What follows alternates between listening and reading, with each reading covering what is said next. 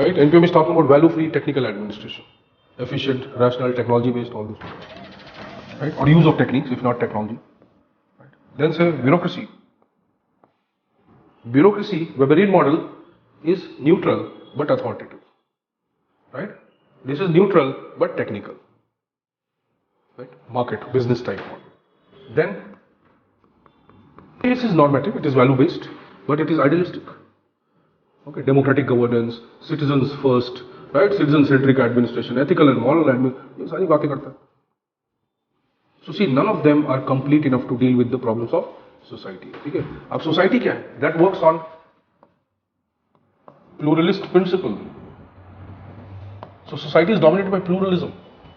There are diverse needs, diverse choices, diverse communities, value system, belief system. हर किसी को सर्व करने के लिए, right? अब अलग अलग systems तो नहीं बना सकते, but you see, none of these systems are appropriate enough to deal with this pluralism. So they are saying there must be some mechanism for this. Let us think of that.